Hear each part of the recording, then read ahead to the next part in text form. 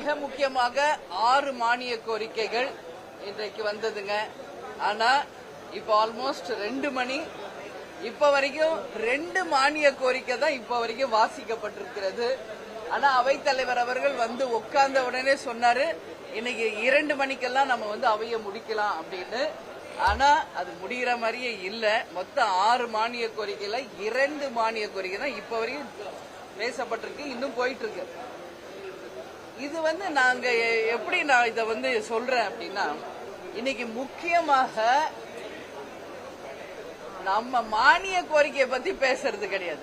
வேற டைவர்ட் ஆகி போயிட்டே இருக்குதுங்க. சப்ஜெக்ட் வேற வேற வேற சப்ஜெக்ட் போயிட்டே இருக்குங்க. தொகுதி மறுசீரமைப்பை பற்றி மட்டும் 1.25 மணி நேரம் இன்னைக்கு வந்து பேசப்பட்டிருக்கு. ஏற்கனவே இந்த அவையில் தீர்மானம் நிறைவேற்றப்பட்டு அது வந்து என்றைக்கு அந்த சப்ஜெக்ட் வருதோ அப்ப பேசலாம். ஆனா இன்னைக்கு சம்பந்தமே இல்லாம தொகுதி மறுசீரமை அப்படின்னு சொல்லி 1.25 மணி நேரம் சப்ஜெக்ட் டைவர்ட். அப்புறம் வாழ்த்தி பேசுறது, துதி பாடுறது, இதுலவே பாதி போயிருது. அப்புறம் சண்டை போடுறதுல கொஞ்ச நேரம் போகுது. இப்படியே போயிட்டு இருக்கேண்டி மானிய கோரிக்கையில அந்த மானியத்தை பத்தி பேசுறது மாட்டேங்கிறாங்க. அது மட்டும் இல்லை, இந்த தமிழ்நாடு சட்டமன்றமா இல்ல டெல்லியில இருக்க பார்லிமெண்டா அப்படின்ற மாதிரி எனக்கு ஒரு நிமிஷம் டவுட் வந்துச்சு. ஏன்னா ஃபுல்லா வந்து எம்பிக்களை பத்தியும் தொகுதி மறுசீரமைப்பை பத்தியே தான் பேசுறாங்க. நம்ம தமிழ்நாடு மக்களுக்காக, தமிழக மக்களின் வரி பணத்துல நடக்கின்ற நமது சட்டமன்றம் தமிழக மக்களுக்காக பேசணும். அதுக்காக தான் இன்னைக்கு சபையே நடக்குது. ஆனா இன்னைக்கு மானிய கோரிக்கை 6 சப்ஜெக்ட் விட்டு வேற ஏதோ டைவர்ட் ஆகுதுங்க. அது ரொம்ப வந்து ஒரு மனசுக்கு வேதனையா இருக்காங்க உள்ள உட்கார்றப்போ. நம்ம எல்லாம் வந்து இன்னைக்கு சட்டமன்ற உறுப்பினரா இருக்கோம்.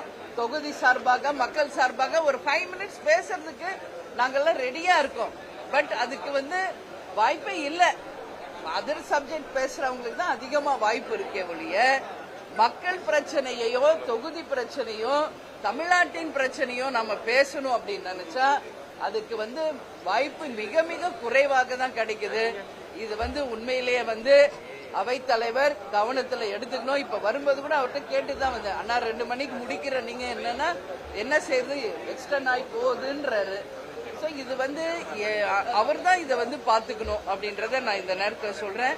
ஆனா மிக நடுநிலையோடு அவர் சரியான முறையில நடத்தணும்னு நினைக்கிறாரு. பட் டைவர்ஷன் நிறைய இருக்குங்க. அதனால அந்தந்த துறை சார்ந்த அமைச்சர்கள் அந்தந்த துறைக்கு பதில் சொன்னா நல்லா இருக்கும். ஆனா எல்லா துறைக்குமே ஒருத்தர் 2 பேர் தாங்க அமைச்சர்களே பேசுறாங்க. அதனாலதான் இவ்வளவு தூரம் டைவர்ட் ஆகுது.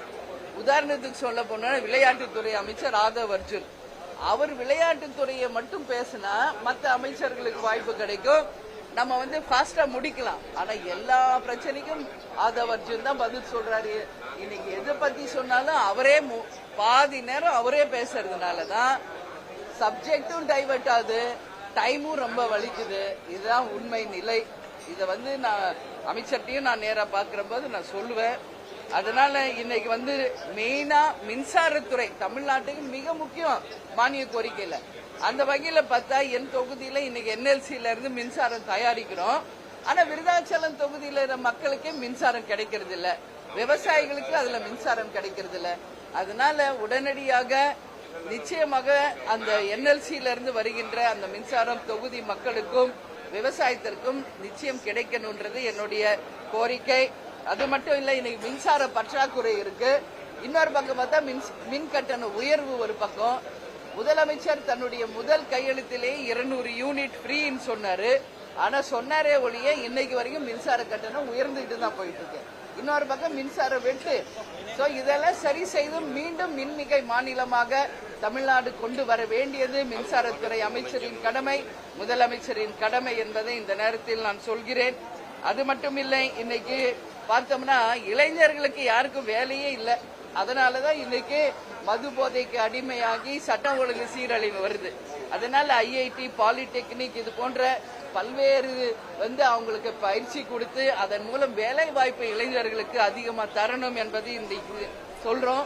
அதே மாதிரி கேங்மேன், அதாவது மின்சாரத்துறையில வேலை செய்யும் கேங்மேன்கள் மொத்தம் வந்து 5391 பேருக்கு இன்னைக்கு வரைக்கும் வேலை வந்து உறுதி செய்யப்படவே இல்லை. சோ இதெல்லாம் நாங்க பேசணும்னு நினைக்கிறோம். பட் வாய்ப்பு வந்து கிடைக்க மாட்டேங்குது. ஏன்னா வேற வேற டைவர்ஷன் நிறைய இருக்கு. சோ கேங்மேன் அப்படிங்கிறவங்க எவ்வளவு நாள் வந்து ஆர்ப்பாட்டம் போராட்டம் பண்றாங்க. அவங்களுடைய கோரிக்கையை இன்னைக்கு சபையில் பேசுவதற்கு டைம் கிடைக்கலைங்க. அதனால பிரஸ் கிட்ட நான் பேச வேண்டிய ஒரு சிச்சுவேஷன். அதனால அந்த கேங்மேனுக்கு 5391 பேருக்கு அரசு உடனடியாக வேலை வாய்ப்பை கொடுக்க வேண்டும் என்று கேட்டுக்கொள்கிறேன். அதே மாதிரி அப்ரெண்டிஸ் அப்படின்னு சொல்லுவோம், அவங்களுக்குமே 2000 பேர் 3000 பேருக்கு வேலையே இல்லைங்க இன்னைக்கு வரைக்கும். அவங்க எல்லாம் என்ன படிச்சிருக்காங்க தெரியுங்களா? பிஇ படிச்சிருக்காங்க, கிராஜுவேட் பண்ணிருக்காங்க. ஆனா இன்னைக்கு வரைக்கும் அவங்க வந்து காத்திருப்பு பட்டியல தான் இருக்காங்களே ஒழிய அவங்களுக்கான வேலை வாய்ப்பு உறுதி செய்யப்படவில்லை. இதெல்லாம் வந்து அரசு கவனத்தில் கொண்டு முதலில் இளைஞர்களுக்கு வேலை வாய்ப்பு தரணும். இளைஞர்களால தான் நாங்கள்லாம் இளைஞர்கள் என்று சொல்லும் இந்த அரசு இளைஞர்களுக்கு வேலை வாய்ப்புக்கு முன்னுரிமை கொடுக்க வேண்டும் என்பதை இந்த நேரத்தில் சொல்றேன். அதே மாதிரி இன்னைக்கு நம்ம பார்த்தோம்னா அடுத்த விஷயம், இப்ப என் தொகுதியில எடுத்துக்கிட்டா இன்னைக்கு சட்ட ஒழுங்கு சட்டத்தை பத்தி பேசணும். என் தொகுதியிலேயே பார்த்தா 8 கோர்ட் இருக்கு. ஆனா எந்த ஃபெசிலிட்டியுமே கிடையாது அந்த கோர்ட்ல. இட வசதி இல்லை, தண்ணி வசதி இல்ல, கழிப்பட வசதி இல்ல, பில்டிங் எல்லாம் அந்த காலத்து பில்டிங் இப்படி இருக்கு. அதனாலதான் நான் தொடர்ந்து விருதாச்சலத்தை மாவட்டமாக அறிவிக்க வேண்டும் அப்படின்னு நான் கேட்கிறேன். ஒரு மாவட்டமாக அறிவிக்கும் போது அங்க உயர்நீதிமன்றம் அதே மாதிரி வரும், அதே மாதிரி கலெக்டர் ஆபீஸ் வரும், எல்லா ஃபெசிலிட்டி வரும். ஆனா அந்த 8 கோர்ட்டையும் சரி பண்ணணும் அது அப்படின்றதையும் நான் சொல்லியிருக்கேன். இலவச சட்ட ஆலோசனை குழு தமிழ்நாடு முழுக்க அமைத்து ஏழை எளிய மக்களுக்கு உதவி செய்ய வேண்டும் என்பதை இந்த நேரத்தில் நான் கேட்டுக்கொள்கிறேன் துறை சார்ந்த அமைச்சருக்கு. அதே மாதிரி இன்னைக்கு கைதிகளுக்கு வழங்கப்படும் உணவு மிகவும் தரம் கம்மியா இருக்கு. அவங்களுக்கு சுத்தம் சுகாதாரம் இல்லை, குடி தண்ணீர் சரியில்லை. அந்த கைதிகளையும் மனிதாபிமானத்தோடு மனசுல எடுத்துக்கொண்டு அவங்களுக்கு வேண்டிய உணவு, குடி தண்ணீர், சுத்தம் சுகாதாரமான ஒரு விஷயத்தை இந்த அரசு உருவாக்கணும். இன்னைக்கு சட்டம் ஒழுங்கு கேள்விக்குறியா இருக்கு, நிச்சயமா கேள்விக்குரிய. எங்க பார்த்தாலும் கொலைகள், பாலியல் வன்கொடுமைகள், போதை கலாச்சாரத்தால இன்னைக்கு சட்டம் ஒழுங்கு கேள்விக்குறியா இருக்கு. இதையெல்லாம் நிச்சயம் இரும்பு கரம் இல்லை, இன்னும் எஃகு கரம் கொண்டுதான் அடக்கி இந்த சட்டம் ஒழுங்கை கட்டாயம் இந்த அரசு சரி செய்யணும்ன்றதை கேட்டுக்கிறேன். இன்னைக்கு மது விலக்கு பத்தியும் வந்தது. 717 கடைகள் மூடப்பட்டதா சொல்றாரு, விலாசத்தோட குடுக்கிறேன்னு சொல்லியிருக்காரு அமைச்சர். நானும் அதுக்காக வெயிட் பண்றேங்க. ஏன்னா இன்னும் விருதாச்சலத்திலேயே அவங்க சொன்ன கடைகள் மூடப்படவில்லை. தமிழ்நாடு முழுக்க இந்த நிலை இருக்கிறது. அதனால 717 கடைகள் மட்டுமில்லை, தமிழ்நாட்டில் கோவில், பள்ளிக்கூடங்கள், இன்னைக்கு பெண்கள் எதிர்க்கின்ற சமூகத்திற்கு அப்பாற்பட்ட அனைத்து மதுக்கடைகளையும் மூடி இந்த தமிழ்நாடு போதையில்லா ஒரு தமிழ்நாடாக உருவாக்க வேண்டும் என்பதை இந்த நேரத்தில் சொல்றோம். அதே மாதிரி இளைஞர்களுக்கு வந்து நம்ம பார்த்தோம்னா இன்னைக்கு நல்லபடியாக வந்து ஸ்கூல்ஸ் அவங்களுக்கு எஜுகேஷன் எல்லாமே கொடுக்க வேண்டி இருக்கு. இன்னைக்கு வந்து நம்ம ஸ்கூல் லெவல்ல இருந்தே அதை ட்ரைனிங் பண்ண வேண்டி இருக்கு. கவுன்சிலிங் இன்னைக்கு ரொம்ப தேவை இருக்கு. இன்னைக்கு பாலியல் வன்கொடுமை இருக்குன்னா எது கவுன்சிலிங், இன்னைக்கு ஸ்டூடெண்ட் லெவல்ல இருந்து அவங்களுக்கு கவுன்சிலிங் பண்ணி அவங்கள வந்து உருவாக்கணும். நாட்டுப்பற்று வேண்டும் குழந்தைங்களுக்கு. அதே போல இன்னைக்கு ஸ்கவுட், என்சிசி கவுன்சிலிங் கொடுத்து அந்த மாணவர்களை ஸ்கூல்ல இருந்து நம்ம டெவலப் பண்ணா நிச்சயம் வருங்காலம் நிச்சயம் நல்லபடியாக இருக்கும் என்பதை ஒரே நிமிஷம். அதே மாதிரி இன்னைக்கு நேற்றே நான் சொன்னேன், நெல்லையில வந்து பாலியல் வன்கொடுமை பண்ணவருக்கு தூக்கு தண்டனை கொடுத்திருக்காங்க. அதை தேமுதிக வரவேற்கிறது என்பதையும் இந்த நேரத்தில் சொல்றேன். விருதாச்சலம் உங்க எல்லாருக்கும் தெரியும், விருதகிரீஸ்வரர் ஆலயம் மிகவும் பிரசித்தி பெற்றது. இன்னைக்கு இந்து அறநிலையத்துறை சார்பா இன்னைக்கு வந்ததுங்க மானிய கோரிக்கை. அங்க வந்து ஒரு கோயில் இல்ல, விருதகிரீஸ்வரர் ஆலயம், கொளஞ்சியப்பர் ஆலயம், வேடப்பர் திருக்கோயில், அதே மாதிரி கோரக்க சித்தர் திருக்கோயில், அதே மாதிரி பார்த்தோம்னா செம்பையார் கோவில், இது போன்று பிரசித்தி பெற்ற ஆலயங்கள் விருதாச்சலத்தில் இருக்கிறது. எனவே அறநிலையத்துறை இதில் கவனம் கொண்டு விருதாச்சலத்தில் இருக்கின்ற அத்தனை கோயில்களுக்கும் நிதி உதவி செய்து அதை வந்து கோயில் மாநகராக அறிவிக்க வேண்டும் என்றதையும் இந்த கோரிக்கைகளை இன்னைக்கு அவையில் பேச முடியாததுனால இன்னைக்கு பிரஸ் மீட்ல சொல்றேன். மேடம் நீங்க எல்லாத்துக்குமே குரல் கொடுத்துட்டு இருக்கீங்க, குறிப்பா சொன்னா மக்களுடைய பணம் வீணாக கூடாது. எம்எல்ஏ தேர்ந்தெடுத்ததுக்கு அப்புறம் பார்த்தோம்னா எம்எல்ஏ ஹாஸ்டல், அதே மாதிரி மாசம் வந்து சம்பளம் வருது. இப்ப கார் கொடுக்கற மாதிரி இருந்தா அது ஏன் வந்து நீங்க ஒரு கவன ஈர்ப்பு தீர்மானம் கொண்டு வரக்கூடாது? ஏன்னு கேட்டா எம்எல்ஏக்கள் ஒவ்வொருவருமே இந்த வாரம் எங்க போயிருக்காங்க, ஒரு மாசத்துல எந்தெந்த ஊருக்கு போயிருக்காங்க, எத்தனை மக்களை சந்திச்சிருக்காங்கன்னு ஏன் ரிப்போர்ட் சப்மிட் பண்ணக்கூடாது? ஏன்னா எப்படி இருந்தாலும் அவங்களும் சம்பளம் வாங்குறவங்க. எத்தனை மக்களை இவ்வளவு ஊரை இந்த கிராமத்தை வந்து ஃபாலோ பண்ணிருக்கிறோம், இந்த கிராமத்து இந்த சேவையை முடிஞ்சிருக்க கூடாதுன்ட்டு ஏன் எம்எல்ஏக்களுக்கான இந்த டே பிளான் போட்டு அவங்க ஒர்க் ஷீட் கொடுக்க கூடாது? ஏன்னா சம்பளம் வாங்குறாங்க, எம்எல்ஏ ஹாஸ்டல் இருக்காங்க. நான் ஏத்துக்கிறேன்.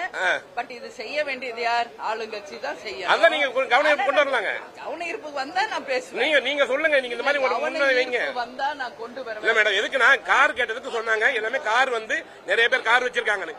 ஏன்னா அரசு காருன்னு போகும் பொழுது ஆட்டோமேட்டிக்கா ஒரு பிஏ இருப்பாங்க, இருக்குமா அவங்க எங்க போறாங்கன்னு ஒரு கண்டிப்பா டீடைல் கொடுத்தாகணும். அப்ப வந்து இத ஒரு எம்எல்ஏக்கள் வந்து ஒரு திருத்தறதுக்கான ஒரு வாய்ப்பு இருக்கும்ல. எம்எல்ஏக்கள் கம்பல்சரியா மக்களை சந்திக்க போகணுங்கிறது ஒரு வாய்ப்பு இருக்கும்ல. அதையே வந்து எல்லாரும் எதிர்க்கிறீங்க. அடுத்த கவன ஈர்ப்பு தீர்மானம் வரும் பொழுது நீங்க தான் கொண்டு வந்த சிறப்பு கவன ஈர்ப்பு தீர்மானம் பத்தி பேசும் வாய்ப்பு கிடைத்தால் உறுதியாக பத்திரிகை நண்பர்கள் நீங்க சொன்ன கருத்தை நான் அவையில் வைப்பேன். இதுல எந்த மாற்று கருத்தும் இல்லை. கார் தொடர்பான விவாதம் காலை முதலே காரசாரமா இருந்தது. நீங்க வரதுக்கு அந்த நேரங்கள்ல பயங்கர ஹீட்டா இருந்தது. கார் தொடர்பாக தேமுதிகவுடைய நிலைப்பாடு என்ன? உங்களுக்கு அரசு கார் கொடுத்தா அதை வாங்க தயாரா, இல்ல மக்களோட வரிப்பணத்துல தேவையில்ல நான் மக்களுக்காக உழைக்கிறேன்னு சொல்ல தயாரா? உங்களோட நிலைப்பாடு என்ன? தேமுதிக நிலைப்பாடு. முதல்ல எல்லார்கிட்டயும் கார் இருக்கு. இந்த 150 கோடி ஏழை மக்களுக்கு தந்திருந்தா நல்ல விஷயம் முதல்ல சொன்னது நான். அதனால எதிர்கட்சி தலைவராக கேப்டன் இருந்த போது அவருக்கு கொடுக்கப்பட்ட வாகனத்தை அவர் திருப்பி கொடுத்தவர் தான் கேப்டன் அவர்கள் என்பது இந்த உலகுக்கு தெரியும். எனக்கு கொடுத்த ஒரு கார் தான் அப்படின்றது ஒண்ணும் கிடையாது. நான் கொடுக்கணும்னா இந்த செகண்ட் கொடுத்துட்டு போயிடுவேன். பட் அது கிடையாது. அதுல என்ன நான் சொல்றேன், இன்னைக்கு வந்து ஒரு கவர்மெண்ட் வந்து ஒரு திட்டம் அறிவிக்கிறாங்கன்னா கார் இல்லாதவங்களுக்கு நிச்சயமாக அந்த கார் கொடுக்கிறது வரவேற்கத்தக்க ஒரு விஷயம். அதுல மாற்று கருத்து இல்லை. அதனால முதலமைச்சர் வந்து இன்னைக்கு இந்தியாவில் எந்த முதலமைச்சரும் செய்யாத ஒரு விஷயம் அனைவருக்கும் அப்படின்னு சமமாக அவர் அறிவிச்சிருக்காரு. அதை நம்ம நெகட்டிவா தான் எடுத்துக்கணும்னு கிடையாது. ஒரு பெரிய மனசோட கொடுத்திருக்கிறார். அதை நான் எப்படியும் பாக்குறேன்னா அது ஓகே, ரைட், அது முடிஞ்சது. அது மாதிரி இன்னும் விவசாயிகள் பிரச்சனை, வேலை இப்ப நான் சொன்னல வேலை வாய்ப்பு பிரச்சனை, அதே போல சட்டம் ஒழுங்கு, இதுல எல்லாம் இன்னும் மோர் கான்சென்ட்ரேட் பண்ணணும். எம்எல்ஏஸ் வந்து இந்த விண்ணப்பம் கொடுக்க மாட்டோம், கார் இருக்கவங்க விண்ணப்பம் கொடுக்க மாட்டாங்க அப்படின்னு சொல்லி அமைச்சர் ஆதவர்ஜனா பேசியிருக்காரு. திமுக நாங்க வாங்க மாட்டோம்னு சொல்லிட்டாங்க. உங்களுடைய நிலைப்பாடு என்ன? அப்படியே இல்ல, எங்க கிட்டயும் கார் நிறைய இருக்கு. நாங்க இல்ல அப்படி இல்ல, நான் வேணும்னா அது வேணான்னு சொன்னா நானும் மனு கொடுக்க தயாராக தான் இருக்கிறேன். ஏன்னா இன்னைக்கு கார் இல்லாதவங்களுக்கு அந்த கார் போய் சேரும்னா வரவேற்கத்தக்க ஒரு விஷயம் தான். அதுல மாற்று கருத்து கிடையாது. எனவே நிச்சயமாக அப்படி எல்லாரும் வந்து மனு கொடுத்தால் தேமுதிகவும் அதை பற்றி பரிசீலிக்கும். மேம், இந்த டீலிமிட்டேஷன்ல வந்து இப்ப முதலமைச்சர் வந்து அவரோட ஸ்டாண்டா மாத்திக்கிட்டாருன்னு சொல்லி இன்னைக்கு அப்போசிஷன் வந்து கிரிட்டிசைஸ் பண்ணாங்க. அவர் வந்து ப்ளீஸ் 543 தான் கேட்டாங்க. ஆனா வந்து இப்போ வந்து ஒரு லீகல் அசூரன்ஸ் சொல்லிட்டு சாஃப்ட் ஸ்டாண்டுக்கு பண்ணிட்டாங்க சொல்றாங்க. சோ நீங்க சிஎமோட இந்த மூவ் எப்படி பாக்குறீங்க? இல்ல, இதுக்கு தாங்க இன்னைக்கு 1.5 மணி நேரம் டைவர்ட் ஆயிடுச்சு சப்ஜெக்ட். இன்னைக்கு டீலிமிட்டேஷன் பத்தி பேச போய் தான் மானிய கோரிக்கையில இருந்து டைவர்ட் ஆயிடுச்சு. என்ன சொல்றாங்க, இங்க தீர்மானமே நிறைவேற்றி இருக்காங்க. இன்னைக்கு பாதி கட்சி, அதாவது ஆளும் கட்சியும் எதிர்கட்சியும் அதுக்கு ஆதரவா இருக்காங்க. இன்னைக்கு அதிமுக, பாமக, அதே மாதிரி பாஜக. என்னுடைய நிலைப்பாடும் நான் என்ன அன்னைக்கு பதிவு வச்சிருக்கேன்னா, இன்னும் மத்திய அரசு வந்து ஒரு சட்ட முன்வடிவு கூட கொண்டு வரவில்லை. இன்னும் அதை பத்தி இன்னும் ஒரு சின்ன ஒர்க்கு கூட ஆரம்பிக்கல. அதுக்குள்ள நம்ம எதுக்கு அவசரப்பட்டு தீர்மானம் போடுறோம்? அங்க சட்ட முன்வடிவு முதல்ல வரட்டும். அந்த சட்ட முன்வடிவுல அவங்க என்ன சொல்றாங்கன்றத பார்ப்போம். அதற்கு பிறகு அதை பத்தி நம்ம ஸ்ட்ராங்கா இறங்கும் போது நம்மளுடைய எதிர்ப்போ ஆதரவோ அந்த நாள் அப்ப நம்ம பேசுவோம், நம்ம சொல்றோம். ஆனா அவங்க சொல்றது முன்னெச்சரிக்கை நடவடிக்கையா இப்பவே தீர்மானம் நிறைவேற்றுவோம் சொல்றாங்க. பட் அது வந்து நிச்சயம் தமிழ்நாடுக்கு எதிர்ப்பா சென்றால் உறுதியாக தேமுதிக அதை எதிர்க்கும். ஆனா இன்னைக்கு இருக்கிற 39 எம்பி, 59 எம்பியோ 60 எம்பியோ வந்தால் உறுதியாக தேமுதிக அதை வரவேற்கும் என்பது எங்க நிலைப்பாடு. ஓகே, கார் இல்லாதவங்களுக்கு கொடுக்கணும். கார் வச்சிருக்கீங்க, அது வேணான்னு எடுத்துக்கலாமா? நாங்க உங்களுக்கு வேணுமா காரு? இல்ல அதையே கேட்டுட்டு இருக்கீங்களா? ஒவ்வொரு கட்சியோட நிலைப்பாடு போட்டோம். இல்ல இல்ல அவங்க கட்சி நிலைப்பாடு இருக்கிறவங்க வேணான்னு நாங்க கொடுத்துருவோம்னு சொல்றாங்கல்ல. அதனால நான் என்ன சொல்றேன், உறுதியாக அப்படி எல்லாரும் திரும்பி கொடுக்கட்டும், அப்ப என்னுடைய கருத்தை நான் சொல்றேன்னு சொல்றேன். ஓகேங்களா? ஓகே, நன்றி நன்றி. ஆமா, உங்க எல்லாருக்கும் வாழ்த்துக்கள். இன்னைக்கு உங்களுடைய நாள். அதனால முதல் இதுதான் ஃபர்ஸ்ட் நான் பேசணும்னு நினைச்சேன் சட்டசபையில. சோ இங்கதான் வாய்ப்பு. உங்க முன்னாடியே அதை சொல்றேன். அனைவருக்கும் வாழ்த்து. நன்றி நன்றி.